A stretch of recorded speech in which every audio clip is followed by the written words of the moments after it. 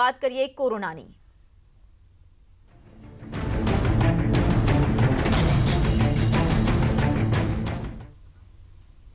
કોરોનાની સ્થિતિ મામલે હાઈકોર્ટે સો મોટો અરજીનો મામલો, જ્યાં હાઈકોર્ટમાં સુનાવણી શરૂ થઈ ગઈ છે અને હાલમાં ગુજરાતમાં કોરોનાની સુનામી છે। તો કમલ ત્રિવેદી પૂરતા પ્રમાણમાં કોવિડ ડેઝિગ્નેટેડ હોસ્પિટલ ઉપલબ્ધ હોવાનું જણાવી રહ્યા છે। મોટા શહેરોમાં ટેસ્ટિંગ સુવિધા પણ ઉપલબ્ધ કરાવવામાં આવી રહી છે। લોકોએ જાન્યુઆરી ફેબ્રુઆરીમાં કોરોનાને હળવાશમાં લીધો હતો। કેસ ઓછા થતા એટલે ટેસ્ટિંગ પણ ઓછા થયા હતા।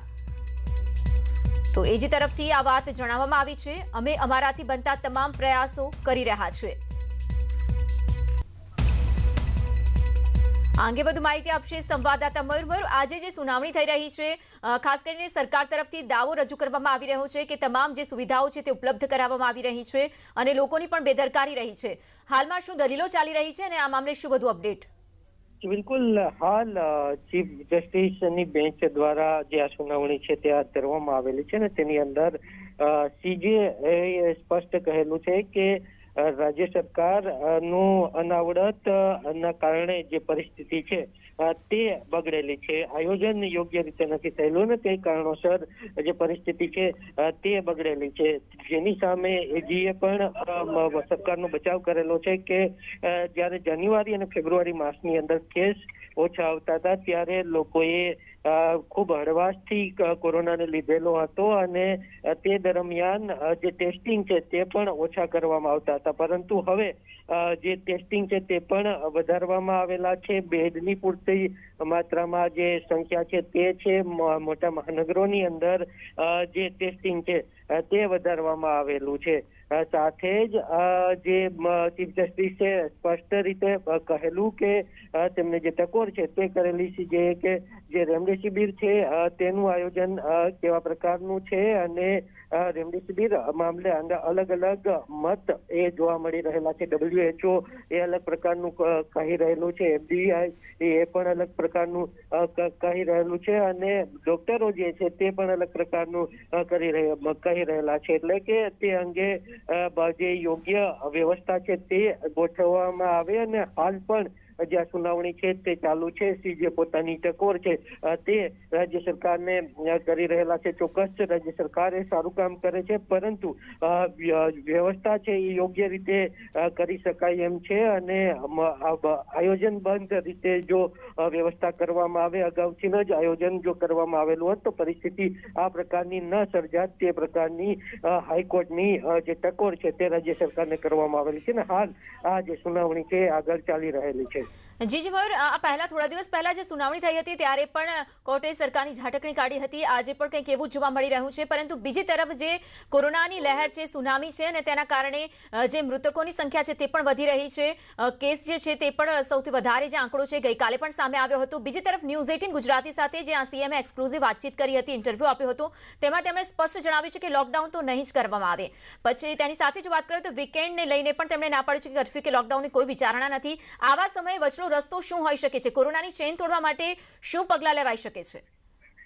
બિલકુલ, હાલ જે એજી છે તે સરકારનો બચાવ કરી રહેલા છે અને પોતાનો જે પક્ષ છે તે મૂકી રહેલા છે।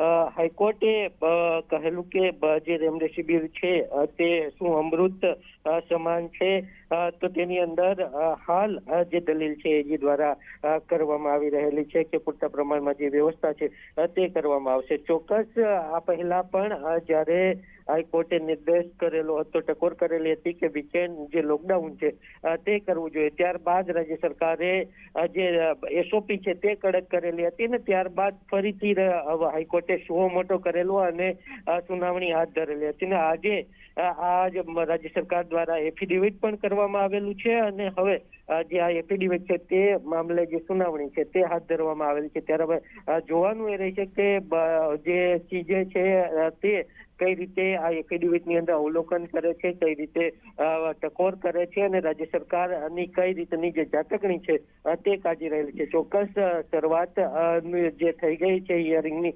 તેની અંદર શરૂઆતમાં જ રાજ્ય સરકારની ઝાટકણી છે તે હાઈકોર્ટ દ્વારા કરવામાં આવેલી છે અને હજુ પણ જે આગળની સુનાવણી છે તે ચાલી રહેલી છે। બિલકુલથી ખાસ કરીને 61 પાનાની જે એફિડેવિટ રજૂ કરવામાં આવી છે ઘણો ઉલ્લેખ છે, દાવા થઈ રહ્યા છે સરકાર તરફથી, પરંતુ બીજી તરફ આજની જો વાત કરવામાં આવે, કોર્ટે જે અવલોકન કર્યું છે, શરૂઆતમાં જે કોર્ટ તરફથી વલણ છે તે કેવું રહ્યું છે અને સાથે સાથે કોર્ટ તરફથી શું સૂચનો કરવામાં આવી શકે, શું સંભાવનાઓ દેખાઈ રહી છે? મયુર જી બિલકુલ, શરૂઆતથી જ હિયરિંગ ચાલુ થયું ત્યારથી જ કોર્ટ દ્વારા, હાઈકોર્ટ દ્વારા, સીજે દ્વારા રાજ્ય સરકારને ટકોર કરવામાં આવેલી છે ને જે રીતે કોરોનાની સુનામી છે તે શબ્દો જે એજી દ્વારા ઉપયોગ કરવામાં આવેલા, તો તેની અંદર સ્પષ્ટ રીતે હાઈકોર્ટ દ્વારા નિર્દેશ આપવામાં આવેલો, તેમને કહેવામાં આવેલું છે કે જે આયોજન છે તે રાજ્ય સરકાર દ્વારા યોગ્ય રીતે નથી કરવામાં આવેલું. ચોક્કસ રાજ્ય સરકાર એ કામગીરી સારી જ કરે છે, પરંતુ આયોજનબદ્ધ કામગીરી જો કરી હોત તો આ પ્રકારની પરિસ્થિતિ ન સર્જાત અને તે જ કારણોસર જે પરિસ્થિતિ છે તે બગડેલી છે. હવે આ જે તમામ મુદ્દાઓ છે એજી દ્વારા રાજ્ય સરકારે જે પગલા ભરેલા છે, જે હોસ્પિટલો ઊભી કરેલી છે, કોવિડ કેર સેન્ટર ઊભા કરેલા છે, વેક્સિનેશનનો જે કાર્યક્રમ ચાલી રહેલો છે, રેમડેસિવિર માટેની જે વ્યવસ્થા કરેલી છે, તે તમામ મુદ્દાઓ કોર્ટ સમક્ષ મૂકવામાં આવશે અને ત્યારબાદ જે સીજે છે તે પણ તેની ઉપર પોતાની જે કમેન્ટ છે તે કરશે. એટલે કે હજુ પણ આ જે સુનાવણી છે તેની અંદર રાજ્ય સરકારની ઝાટકણી છે તે કોર્ટ દ્વારા કરવામાં આવશે અને જે રાજ્ય સરકારે જે જગ્યાએ ભૂલ કરેલી છે તે ભૂલો પણ હાઈકોર્ટ દ્વારા એ સૂચન કરવામાં આવશે અને તે અંગે જે પોતાની ટકોર છે તે રાજ્ય સરકારને હાઈકોર્ટ કરશે. બિલકુલથી મયુર, આ સાથે જ રેમડેસિવિર જે ઇન્જેક્શનનો જથ્થો છે તેને લઈને પણ ખુલાસો માંગવામાં આવે છે કોર્ટ તરફથી. આટલી જરૂર કેમ ઊભી થઈ રહી છે તેવો સવાલ પૂછવામાં આવ્યો છે. શું જવાબ આ મામલે સરકારે રજૂ કર્યું છે? બિલકુલ, સીજે દ્વારા જે સવાલ ઉભો કરવામાં આવેલો છે કે રેમડેસિવિર જે ઇન્જેક્શન છે તે અંગે જુદા જુદા મત એ છે અને જેની અંદર WHO અલગ પ્રકારનું કહે છે, તબીબો અલગ પ્રકારનું કહે છે, સાથે જ ફૂડ એન્ડ ડ્રગ એ અલગ પ્રકારનું કહે છે.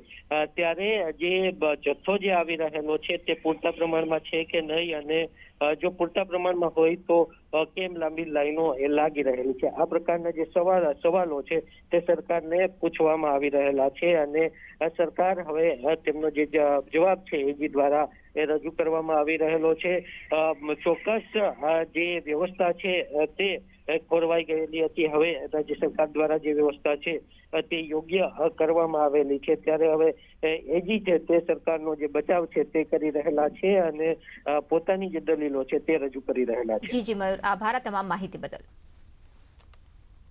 તો વધુ એકવાર હાઈકોર્ટે ઝાટકણી કાઢી છે, કેટલાક વેધક સવાલો પૂછવામાં આવી રહ્યા છે અને સાથે કોરોનાની જે પરિસ્થિતિ છે દિવસે ને દિવસે વણસી રહી છે ત્યારે સુવ્યવસ્થિત આયોજનને લઈને પણ ટકોર કરવામાં આવી છે સરકાર પર.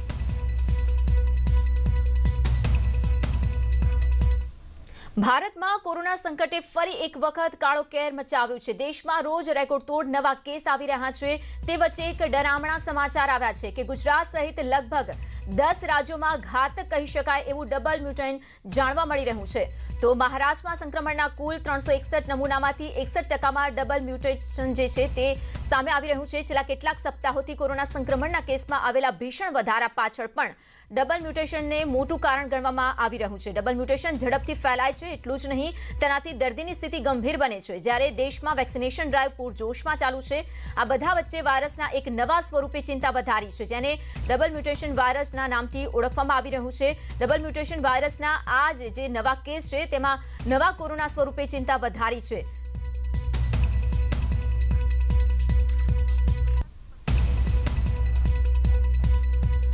તો આ જ વિષય પર વધુ વાતચીત સાથે જોડાઈ રહ્યા છે ફિઝિશિયન ડોક્ટર વસંત પટેલ.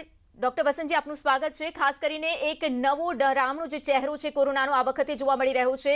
એક તરફ જે આપણે સ્થિતિ જોઈ રહ્યા છે રાજ્યમાં અને દેશમાં કે સતત કેસ વધી રહ્યા છે, મૃત્યુઆંક પણ વધી રહ્યો છે, અને હવે આ ડબલ મ્યુટેશન એ કયા પ્રકારનું છે, તેનું સ્વરૂપ શું છે, કેટલું ચેપી છે, કેટલું ઘાતક છે, સામાન્ય સમજ દર્શકો માટે. ચોક્કસથી જ વિધાતા, જે ડબલ મ્યુટન્ટ વેરિએશન અમે છેલ્લા 1 મહિનાથી આપના માધ્યમથી પ્રજા સમક્ષ મૂકી રહ્યા છીએ અને સરકાર સમક્ષ પણ મૂકી રહ્યા છીએ કે ડબલ મ્યુટન્ટ વેરિયન્ટ જે આવ્યું છે નવું, એ ખૂબ જ ઘાતક છે. શરૂઆતમાં એવું લાગતું હતું કે એટલું બધું ઘાતક નહીં હોય, પણ એ આપણને શરૂઆતનો ફેઝ હતો ડિટેક્ટ થયું ત્યારે, ત્યારે આપણી પાસે એટલી પૂરી જાણકારી નથી. અત્યારે હાલની પરિસ્થિતિમાં આપણે કહીએ કે ડબલ મ્યુટન્ટ વેરિયન્ટ છે, એનું સાયન્ટિફિક નેમ છે B1615. એમાં બે જાતના વેરિયન્ટ થયેલા છે, E484Q અને L452R. આ બે મ્યુટેશન થયા છે. એટલે જેટલા વધારે મ્યુટેશન થાય એક જ વાયરસમાં, આ એક વાયરસમાં બે જગ્યાએ મ્યુટેશન થયા છે, એટલે એ વાયરસ જ્યારે આપણા ફેફસામાં જાય ત્યારે બે જગ્યાએ એક સાથે એટેચ થતું હોય છે, એટલે સંક્રમણ શક્તિ આની વધી જતી હોય છે. એના કારણે અને એનો જે એરિયા છે એટેચ થવાનો એને વધારે મળે છે. એટલે ચોક્કસથી આ પ્રકારનું જે ડબલ મ્યુટન્ટ વેરિયન્ટ છે એ ખૂબ જ ઘાતક નીવડ્યું છે. આપણે જોઈ રહ્યા છીએ કે બધા જ મીડિયા અને સત્ય હકીકત પ્રજા સમક્ષ પણ છે. રોજના 100-150 સુરતમાં કે અમદાવાદમાં અને કે રાજકોટમાં 50-60 લોકો મૃત્યુ પામી રહ્યા છે. આંકડા સરકાર ગમે તે આપતી હોય, બહુ એને લોકોએ બહુ ધ્યાને લેવાની જરૂર નથી આ લેવલે, પરંતુ ખૂબ જ ઘાતક આ મ્યુટન્ટ નીકળ્યું છે. એટલે ચોક્કસથી પ્રજાએ હું રિક્વેસ્ટ કરું છું કે આપ બની શકે તો તમે જે ટ્રિપલ લેયર માસ્ક હોય છે આ ટાઈપનો, તમે એ જ માસ્ક વાપરો. સામાન્ય જનતાએ આ માસ્કને આ રીતે આખો જ કવર કરવાનો છે, તો જ તમે આના ચેપથી બચી શકશો. અને જે મેડિકલ ફિલ્ડમાં કામ કરતા હોય હોસ્પિટલોમાં, તો એને તો N95 સિવાય કામ કરવાનું અત્યારે જોખમ લેવા જેવું નથી, અને એની ઉપર પણ પેલો ટ્રિપલ લેયર માસ્ક પહેરવો જરૂરી છે. એટલે ચોક્કસથી વિધાતા જે કેસની આપણી સંખ્યાની વાત કરીએ તો તમે જોશો અત્યારે જે કેસ છે હજી આવનારા સમયમાં ખૂબ ઝડપથી એની સંખ્યા પણ વધવાની છે. જે બિલકુલથી કેસની સંખ્યા વધી શકે છે અને આ સ્વરૂપ છે ડબલ મ્યુટન્ટનું તે પણ ઘાતકી છે, આપ જેમ જણાવી રહ્યા છો. લક્ષણો જો જોવામાં આવે તો કેટલાક દર્દીઓમાં થોડા અલગ પ્રકારના લક્ષણો પણ સામે આવ્યા છે, તે વિશે પણ દર્શકોને જણાવશો. અત્યારે હાલના જે છેલ્લા 10 દિવસમાં જે લક્ષણો છે કોરોનાના, એ હું દર્શક મિત્રોને જણાવવા માંગીશ કે તમને તાવ સામાન્ય આવે ના આવે એવું બની શકે છે. અત્યારે હાલના જે લક્ષણ છે, શરદી, સામાન્ય ખાંસી, હાથ પગ દુખાવા અને અશક્તિ, અને સાથે સાથે કોઈ કેસમાં ઝાડા થતા હોય, આ અત્યારે કોમન સિમ્પટમ સાથે દર્દી આવી રહ્યા છે. 50% દર્દી એવા આવે છે કે 103-4 તાવ હોય અને ખાંસી હોય, આની સાથે આવતા હોય છે. આમાંથી કોઈ પણ લક્ષણ હોય આમાંથી આપને કોઈને દર્દીને કે દર્શક મિત્રો તમને, તો ચોક્કસથી તમારા નજીકમાં ડોક્ટર્સ હોય, ફેમિલી ફિઝિશિયન, એમનો કન્સલ્ટ કરો અને એન્ટીજન કે RT-PCR ટેસ્ટ કરાવો અને સારવાર ચાલુ કરો. સાથે સાથે મહત્વનું એ છે કે તમે માસ્ક પહેરવાનું ભૂલશો નહીં. તમે કપડાના માસ્ક મહેરબાની કરીને નહીં પહેરો, એ તમને પણ પ્રોટેક્શન નથી આપતા અને તમારું ઇન્ફેક્શન બીજાને પણ ફેલાવશે જો તમે પોઝિટિવ હશો તો. અને ઘરમાં આઇસોલેશન કરી લેવું ખૂબ જ જરૂરી છે આની સાથે સાથે. જી ડોક્ટર વસંતજી, એક સવાલ ખાસ આપણે એ પણ પૂછવા માંગીશ કે એવી પણ વાત સામે આવી રહી છે કે કોરોનાનું જે ઘાતક અને નવું સ્વરૂપ છે તેમાં વેક્સિનની જે અસર છે, જે પ્રભાવ છે તે ઓછો જોવા મળે છે. આમાં કેટલી હકીકત, અને લોકો માટે આપ શું સલાહ આપશો, શું અપીલ કરશો? ચોક્કસથી વેક્સિન માટે લોકોને એવું સમજ છે કે આપણે વેક્સિન લઈ લીધી એક ડોઝ એટલે આપણે સિક્યોર થઈ ગયા, આપણને હવે કશું નથી થવાનું. એવું નથી હોતું. વેક્સિન તમે આજે લો છો પહેલો ડોઝ, એના 4 થી 8 અઠવાડિયામાં તમે બીજો ડોઝ લો છો.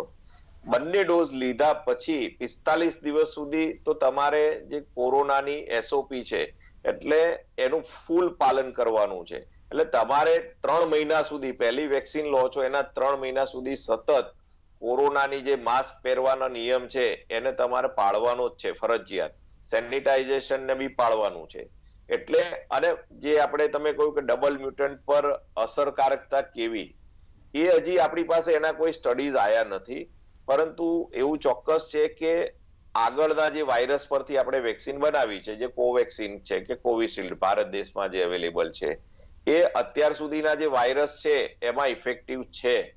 પરંતુ આપના માધ્યમથી સરકારશ્રીને પણ એક મારે વિનંતી છે કે તમે વેક્સિનેશન એટલું ઝડપી કરી દો કે જે આ જે જૂની સ્ટ્રેનનો વાયરસમાંથી વેક્સિન આપણે ડેવલપ કરી છે, તો વાયરસ વધુ મ્યુટેશન થયા પછી એ વેક્સિનની અસરકારકતા 0 થઈ જાય એ પહેલા આપણે બધાને વેક્સિનેટ કરી દેવા જરૂરી છે.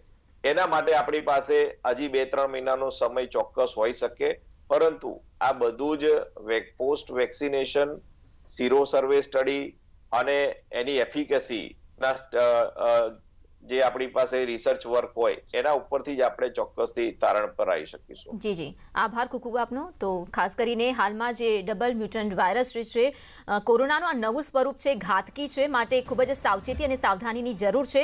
કોરોનાથી બચવાના જેટલા પણ નિયમો છે, એસઓપી છે, ગાઈડલાઈન છે, તેનું પાલન કરવું ખૂબ જ જરૂરી છે. તો અમે પણ અમારા માધ્યમ તરફથી આપને ખાસ અપીલ કરીશું કે કામ વગર ઘરની બહાર ન નીકળો, સોશિયલ ડિસ્ટન્સનું પાલન કરો અને માસ્ક પણ ખાસ 3 લેયર માસ્ક છે તે પહેરો. ડબલ માસ્ક પહેરવા પડે તો પણ પહેરો, પરંતુ કોરોનાથી બચો.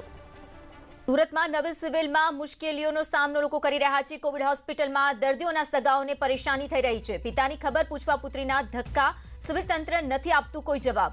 તો પિતાની માહિતી ન મળતા પુત્રી પરેશાન થઈ છે. તો એક પછી એક જે હાલાકીનો સામનો છે તે કોવિડ પેશન્ટના જે સગાવાલાઓ છે તે કરી રહ્યા છે. મારા ભાભી અહીં એડમિટ છે. મેં સવારે કોલ કર્યો તો ડૉક્ટરે મને એવું કીધું તમારા પેશન્ટને જોતા હોય તો તમને આપી દઈએ છીએ.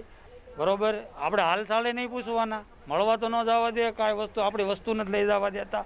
હાલચાલ મેં પૂછ્યા તો અંદરથી એવો જવાબ આપ્યો કે તમારા પેશન્ટને જોતું હોય તો આપી દઈએ. તો અમે પેશન્ટને પાછો લઈ જવા હાટું આવ્યા હોય તો અમે અમારે ઓલી જ ક્યાં કરવાની, અમારે ટ્રીટમેન્ટ કરાવવા ક્યાં જવાનું એ અમને આ લોકો કહે. મારા પપ્પા અહીંયા એડમિટ છે, રણજીતસિંહ ચેતનસિંહ રાજપૂત. કાલે અમને ખાલી ગેટ સુધી જવા દીધા, પછી કે તમારું કામ પડી ગયું, તમે ઘરે ગઈને આરામ કરો, તમને જે હશે કન્ડિશન તો તમારો નંબર છે, અમે તમને જાણ કરી દઈશું તે તમારા ઘરવાળા છે કે નથી. पहले मैं वहाँ पे गई, उन लोगों ने ऐसे बोला कि वो 2nd फ्लोर पे एडमिट है. मैंने 2nd फ्लोर पे पता किया, पता चला वहाँ पे नहीं है. फिर बोले 9th फ्लोर में एडमिट है. 9th फ्लोर में पता किया, बोलते वो 7th फ्लोर में. अलग अलग बातें सब लोग बोलते हैं हर जगह से. फिर आज सुबह वो लोग हमको फोन करते हैं, बोलते हैं कि पापा नहीं है. फिर मैंने अभी पता किया तो वो लोग बोलते हैं नहीं है, वेंटिलेटर पे रखा है उनको, ऐसा बोल रहे. सब अलग अलग बातें बोल रहे हैं. यहाँ पे कोई सच बता नहीं रहे कि है क्या. તો જામનગરમાં સરકારી સહિત તમામ હોસ્પિટલ ફૂલ થઈ છે. ગુરુ ગોવિંદસિંહજી સિવિલ હોસ્પિટલમાં 1450 બેડ, તો સ્વામિનારાયણ કોવિડ હોસ્પિટલમાં 100 બેડ, સમર્પણ કોવિડ હોસ્પિટલમાં 90, શ્રદ્ધા હોસ્પિટલમાં 70 બેડ, ગોકુલ ન્યુટેકમાં 30, સ્પંદન હોસ્પિટલમાં 22 બેડ ફૂલ થયા છે. તો સમા હોસ્પિટલમાં 20, ક્રિટીસર્ચ હોસ્પિટલમાં 18 બેડ, જેસીસી હોસ્પિટલમાં 30, ડોક્ટર નીરજ ભટ્ટ હોસ્પિટલમાં 7 બેડ, જ્યારે કે 20 જેટલી ખાનગી હોસ્પિટલમાં વેન્ટિલેટર બાયપેપ ફૂલ થયા છે. 50 જેટલા ખાનગી હોસ્પિટલમાં પણ આઈસીયુ બેડ ફૂલ થયા છે.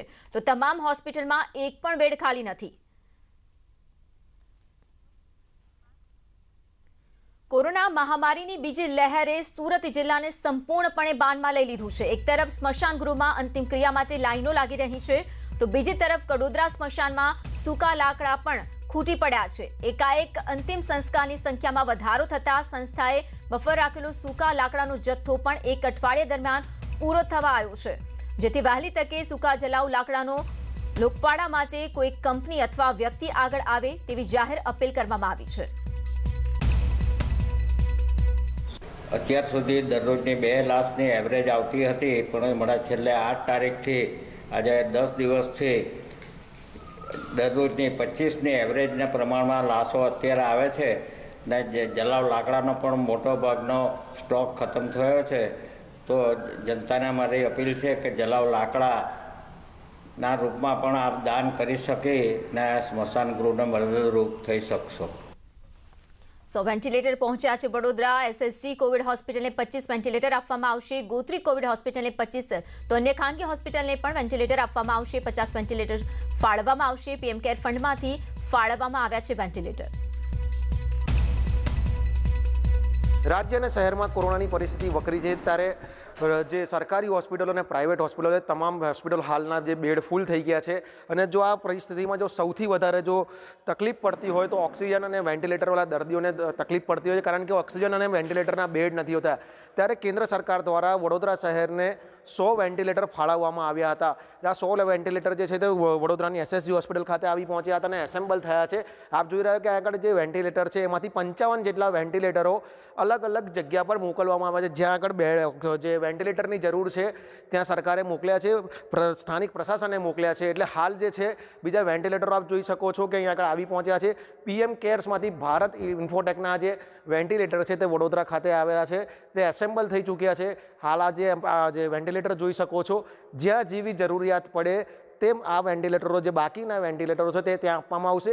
એટલે કે જે વેન્ટિલેટરની ખોટ છે તેને પૂર્ણ કરવા કેન્દ્ર સરકાર અને રાજ્ય સરકાર મદદ કરી રહી છે. ત્યારે વડોદરા શહેરની અંદર હજુ પણ વેન્ટિલેટરો જો ખૂટશે તો અહીંયા આગળના જે વેન્ટિલેટરો છે તે જે જગ્યા પર જરૂર પડે ત્યાં પહોંચાડવામાં આવશે. અંકિત ગોંડશીકર, ન્યૂઝ 18 ગુજરાતી, વડોદરા. રાજકોટમાં ભાજપના નેતાએ ટકોર કરી છે. કોરોના કાળમાં નેતાઓને પ્રજા વચ્ચે જવા અપીલ. પ્રદેશ ભાજપ અગ્રણી ચેતન રામાણીએ સીએમને પત્ર લખ્યો છે. પ્રજાની વચ્ચે ન દેખાતા નેતાઓને ટકોર. લોકોએ મત આપ્યા છે, હવે સેવા કરવાનો મોકો છે.